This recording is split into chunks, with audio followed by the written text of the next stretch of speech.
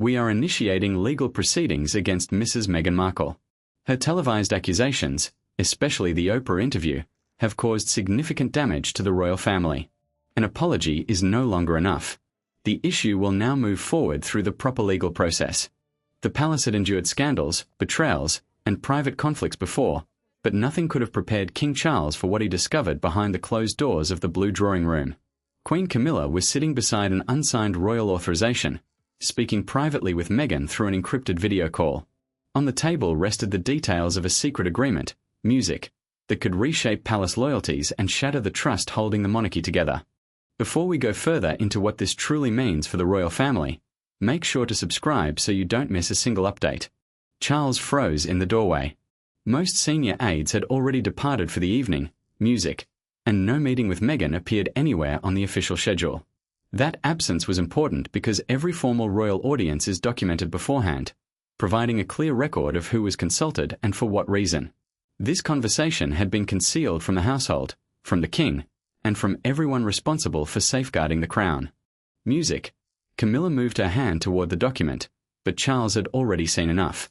She had offered Meghan renewed entry to selected palace events, a restored charitable platform, and influence over a new Commonwealth media project. The Commonwealth is a voluntary association of nations linked through shared history and cooperation, making any media position connected to it extremely visible and politically sensitive. In exchange, Meghan would offer public backing, maintain private silence, and assist in strengthening the Queen Consort's position within the family. Meghan froze when Charles appeared on the screen. Her expression shifted before she suddenly ended the encrypted call, leaving the monarch staring at an empty display. He then turned toward his wife, noticing her hand still hovering above the open pages.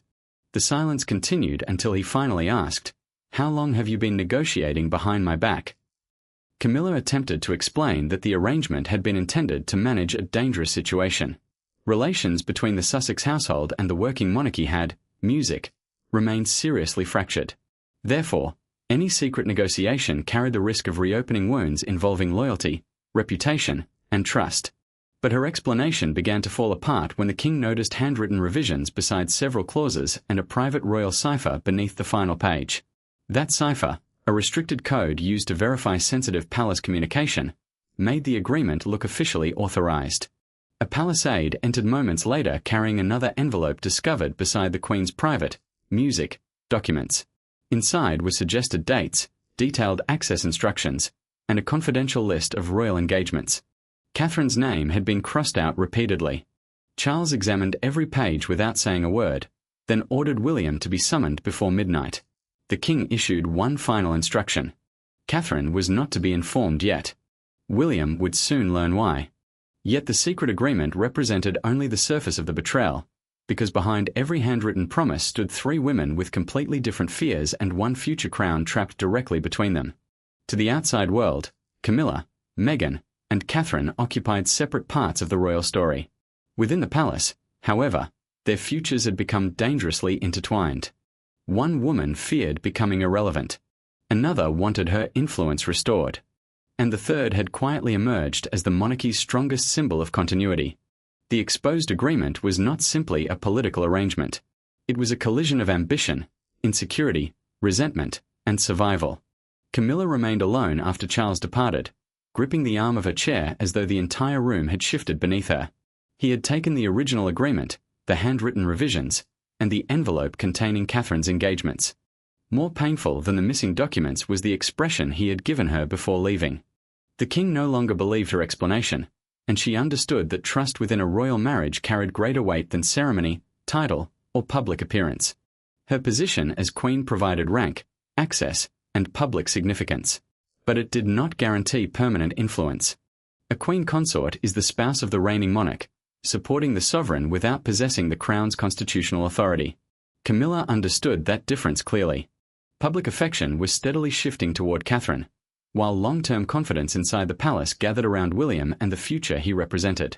Every successful appearance by the couple made Camilla's own position seem increasingly uncertain. Meghan paced after the call ended, replaying the instant Charles appeared on the screen. Anger came first. Fear followed. Renewed access to palace events would have restored legitimacy, visibility, and a path back into royal influence without requiring her to return as a full working royal. But the arrangement now threatened to make her the easiest person to blame. She knew Camilla might protect herself by portraying the entire plan as a demand coming from California. William entered the private study before midnight and discovered his father waiting beside the open file. The prince watched as Charles pushed the pages toward him without offering any defense of the Queen Consort. His expression remained controlled until he reached Catherine's schedule. Several appearances had been marked in red, music, while private notes suggested that she should be removed from selected initiatives before Meghan was publicly brought forward. The agreement went even further. Catherine's name appeared repeatedly, not as a participant, but as the obstacle the alliance had been created to contain. One clause suggested that Meghan would publicly praise Camilla's leadership through a recorded charitable interview while privately questioning Catherine's authority over selected royal projects. The pressure would arrive from two directions at once: approval from outside the palace, music, and resistance from within it. William slowly looked up. He did not ask whether the document was authentic. He asked who had originally proposed the arrangement. Charles answered with a date connected to a Commonwealth reception 6 months earlier, a ceremony that had seemed completely ordinary to everyone watching. That date would take them back to the moment when private rivalry transformed into a deliberate plan, music, and to the conversation that turned suspicion into conspiracy. Every royal breakdown has a moment that later appears unavoidable. For this one, it started beneath the applause at a Commonwealth reception 6 months earlier. Catherine stepped forward to give an unscheduled speech after the king became tired, and the room rose for her before she had even finished speaking. Camilla remained seated for 3 long seconds. Meghan watched the broadcast from California. By music, morning, the first secret message had already been sent. Catherine had not planned to speak that evening. When Charles became visibly exhausted, she was quietly asked to represent him before diplomats, charity leaders, and senior Commonwealth delegates assembled at St. James's Palace. A Commonwealth reception is a formal gathering that brings together representatives from nations connected through that international association. Her responsibility was straightforward: steady the room, preserve the king's dignity, and prevent concern about his condition from dominating the occasion. She accomplished more than that. Catherine spoke with composed authority, honored the monarch without drawing unnecessary attention to his weakness, and gave the audience a feeling of stability at a moment when uncertainty might have spread rapidly. Senior figures observed the reaction carefully. Their admiration reinforced a belief already developing inside the institution, that she and William had become the monarchy's most reliable bridge between the current reign and the next. Camilla felt every moment of that applause. She stayed seated after others stood, then forced herself to rise when remaining seated became impossible to overlook. The Queen Consort understood that Catherine's success protected Charles. Yet it also exposed a fear she had attempted to suppress. Public affection appeared to gather around the younger woman naturally, while Camilla's own acceptance had required years of struggle and remained painfully uncertain. The turning point came after the reception. Camilla overheard 2 senior advisors in a corridor referring to Catherine as the emotional center of the next reign. Music. She said nothing. Moments later, she entered a private retiring room, shut the door, removed her gloves, and stared at the printed program where Catherine's name had been handwritten above her own. That same evening, she reached out to Meghan through a trusted intermediary. Meghan responded with suspicion. Years of exclusion had taught her to question unexpected offers coming from inside the palace, and she demanded to know why the Queen was contacting her now. But her resistance weakened when the intermediary explained that Catherine's increasing authority threatened both women in different ways. For Camilla, it meant diminishing influence. Music. For Meghan, it meant every possible path back becoming increasingly narrow. Their earliest documented messages discussed reconciliation and music, healing. Later conversations shifted. They moved toward coordinated interviews, controlled leaks, charitable positioning, and strategically timed public appearances. One handwritten note from Camilla contained the phrase, "Balance her before the transition." It revealed that the true objective was not peace. It was restricting Catherine before the next reign could completely take shape. William saw the date and immediately understood everything. Music. The alliance had started before several palace decisions that had quietly reduced his wife's influence. By dawn, the future king was no longer questioning whether Camilla had crossed a boundary. He was preparing to put the evidence directly in front of her and demand the truth face to face. The confrontation did not start with shouting. It started with William pulling a chair away from the table and placing the secret agreement where Camilla could see every page. No aides stood between them. No press secretary could soften what came next. Catherine's name appeared throughout the margins. Music. Meghan's promises occupied the final clauses, and the prince had arrived seeking one answer. Had the Queen intentionally attempted to weaken his wife? William shut the door and remained standing for several moments. Charles had arranged the meeting inside a private Clarence House sitting room with strict instructions that no secretaries, lawyers, or household staff could be present. Clarence House is the London royal residence used by the King and Queen for both private and official responsibilities. Keeping everyone else outside ensured there would be no prepared statements, no legal protection, and no witness capable of reshaping what was said afterward. Camilla stared down at the agreement but refused to touch it. She maintained that the plan had been created to contain Meghan, not strengthen her. Cooperation, she argued, was safer than allowing the Sussex household to remain unpredictable, furious, music, and free to criticize the monarchy without restriction. The Queen Consort claimed she had been creating a control channel, one capable of exchanging limited access for silence and preventing another wave of damaging revelations. William listened until she had finished. Then he opened the file to the clauses limiting Catherine's participation in selected charitable and Commonwealth initiatives. The future king asked why defending the institution required weakening the woman expected to help lead it. His voice remained controlled, but every sentence carried the weight of a husband who had discovered that his wife's loyalty had been turned against her. Camilla stood abruptly, pushing her chair backward. She accused him of interpreting betrayal where she had intended balance. The prince remained seated and read one sentence aloud. Meghan would become a visible counterweight within the family. Silence followed.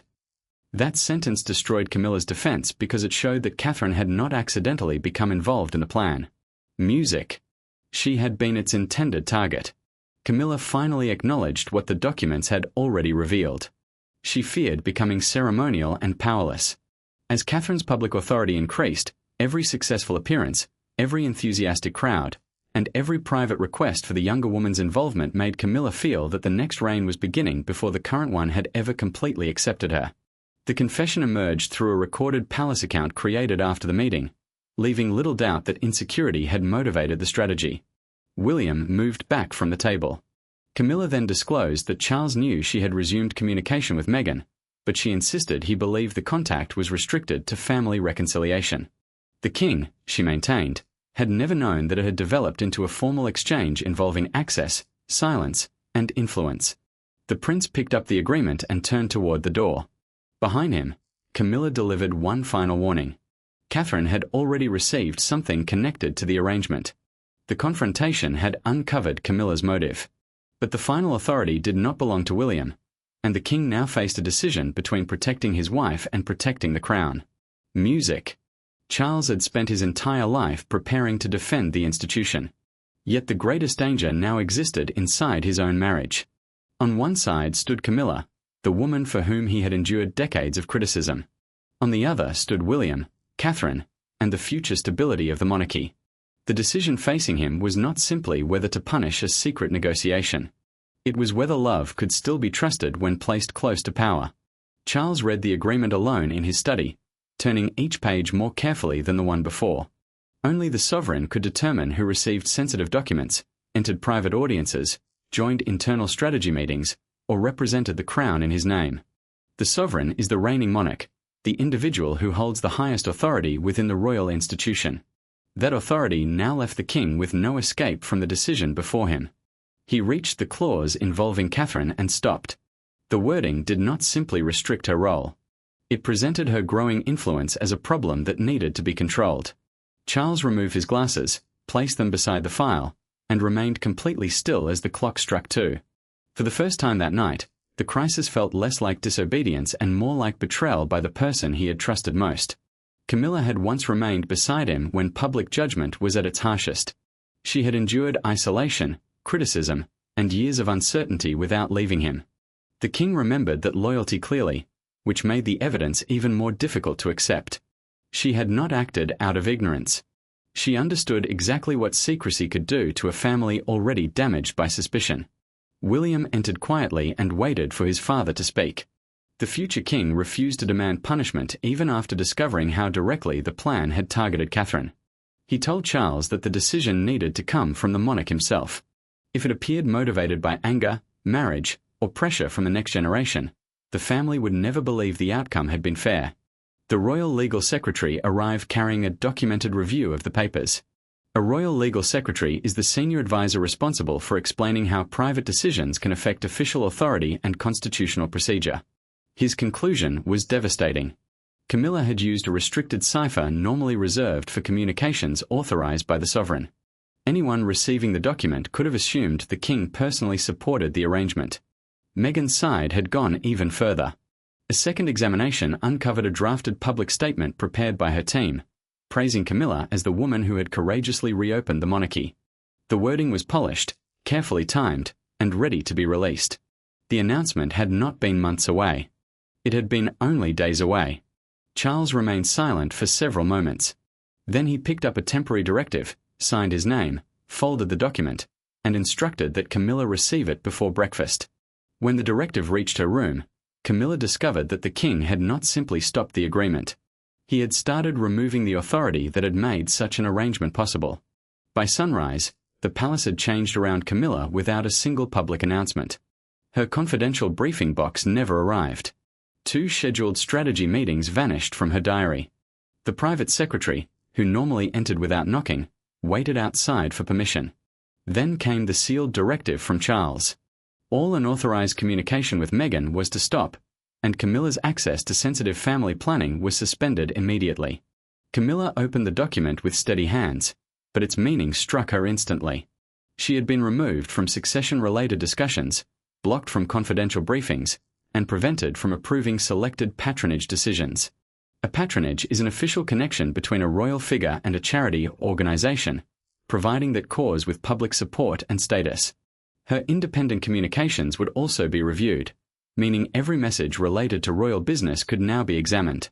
The silence surrounding her made the punishment even more severe. Palace staff did not require a public explanation because royal households reveal changes in trust through access, timing, and distance. A missing box represented exclusion. A cancelled meeting represented lost influence. A closed door meant that someone who had once stood at the center had now been pushed outside it. Camilla read the directive twice. Then she asked her dresser to leave, placed the document face down, and whispered, "He has chosen them." The Queen Consort was not referring only to William and Catherine. She meant the future. Charles had decided that protecting the next reign mattered more than preserving her authority in the present one. Meghan received a much shorter message. All communication was ending immediately. Every proposal was cancelled, and no further contact would be accepted through private channels. She reacted with fury, pacing as the promised return to palace relevance disappeared within minutes. But anger quickly turned into fear. The messages she had exchanged could now serve as evidence that she had knowingly participated in a hidden arrangement. Catherine received something far more troubling. An anonymous package arrived containing copies of the proposed schedule changes, with several of her appearances reduced, postponed, or reassigned. Someone within Camilla's circle wanted her to understand how close the plan had come to succeeding. The documents proved that this had never been merely a vague proposal. Dates had been selected. Roles had been changed. Decisions were ready. A handwritten message rested beneath the final page. You were never meant to see this until your place had already been reduced. Catherine sat alone with the documents and felt the betrayal settle in. Losing an engagement would not have broken her. Discovering that people inside the family had secretly planned to weaken her was entirely different. She called William and asked to speak with Camilla herself. The prince warned her that the meeting could potentially be used against her. Catherine refused aides, officials, and even Charles. She wanted no institutional protection standing between them. The palace expected Catherine to demand justice. But when the two women finally met privately, she chose a response that changed the entire balance of the crisis. Catherine entered the room without the secret agreement, without advisors, and without making any demand for an apology. Camilla had prepared herself for accusations, triumph, perhaps even humiliation. Instead, the future queen sat across from her and asked why fear had become more important than family. The question struck deeper than anger because it stripped away every political justification. For the first time, Camilla had to face not the document itself, but the wound that had created it. Catherine had selected a small private sitting room instead of any formal royal chamber. A state setting is a ceremonial space used for official meetings where rank and protocol can influence every word. She wanted none of that separation. This conversation needed to remain personal because what happened between them would affect William, Charles, palace unity, and public confidence in the next reign. Camilla looked away before responding. She admitted that Catherine's increasing popularity with the public had awakened an old fear that she would always be tolerated but never completely accepted. Every cheer for the younger woman felt like evidence that her own position remained uncertain. The Queen Consort said she had persuaded herself that control meant protection and that balance was necessary before the future arrived without her. Catherine listened, but she did not soften the reality. She told Camilla that she had never attempted to replace her and would never apologize for stepping forward whenever the king or the institution needed her. The future queen added that acceptance could not be achieved by weakening another woman. What had started as insecurity had developed into betrayal, and Charles had been hurt more deeply than anyone because the secret arrangement had used his authority without his permission. Camilla's composure finally collapsed. Through a recorded private account, later preserved by the palace, she admitted that Meghan possessed copies of several exchanges and had threatened to release them unless the final agreement was completed. The arrangement had stopped being a strategy and had turned into a trap. She had continued, not because she still believed in it, but because exposure seemed more frightening than surrender. Catherine remained silent for several seconds. Then Camilla reached into a hidden drawer and handed her a second phone containing the complete message history. The device contained every promise, warning, drafted statement, and private instruction. By surrendering it, she was no longer defending the bargain. She was bringing it to an end. Catherine carried the phone directly to Charles. The king expected anger, but instead she asked him not to destroy Camilla publicly. Accountability without cruelty, she argued, would protect the crown more effectively than revenge. He understood that mercy did not remove guilt. It demonstrated strength. Catherine's restraint prevented a public destruction inside the family, but outside the palace gates, the secret was already making its way toward the front pages. The story broke at 6:02 in the morning beneath a headline printed across the entire width of a national newspaper. Queen's Secret Sussex Pact.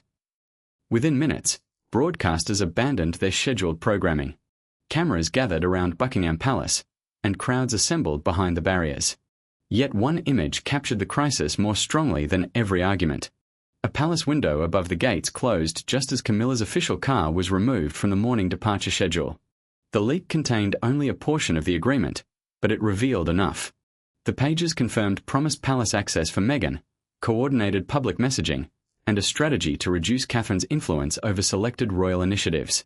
Buckingham Palace is the monarch's primary official London residence and the public centre of the institution. Because of that, every movement around its gates carried significance. A missing car, an altered schedule, or a delayed statement could communicate more than any official announcement. Charles approved a carefully prepared response before breakfast. The palace confirmed that an internal review was taking place and stated that no unauthorized agreement carried royal approval. An internal review is a private examination of decisions, communications, and conduct to determine who acted, what authority was used, and what consequences should follow. The statement was controlled, but its message was devastating. The king was publicly separating the crown from his wife's actions. The crowd outside became louder as fresh additions arrived. One woman raised the newspaper above her head and shouted, "Catherine protected the family without humiliating it." Others repeated the words until they became the emotional judgment of the morning. The future queen had made no public statement. Yet her silence carried greater dignity than every defense being offered around her. Camilla watched a broadcaster read sections from the document and felt the judgment become personal.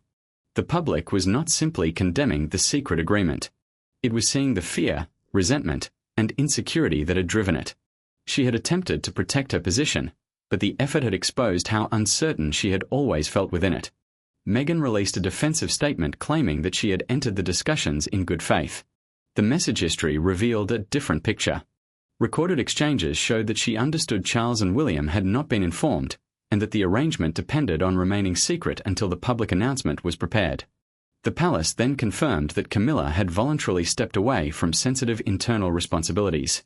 Meghan's proposed position in royal-linked initiatives was permanently rejected. Catherine refused to release any personal statement, allowing her private mercy to stand in contrast to the manipulation now visible to the world. That evening, Charles summoned the family. He would determine the Queen Consort's position, close Meghan's final path to influence, and define Catherine's authority. The world had delivered its judgment through headlines, but the monarchy's true verdict would be given behind closed doors by the one man whose trust had been broken most completely. The final meeting lasted only 27 minutes, but it brought the secret pact to an end, transformed Camilla's royal position, and closed Meghan's final private pathway back into palace influence. Charles never raised his voice.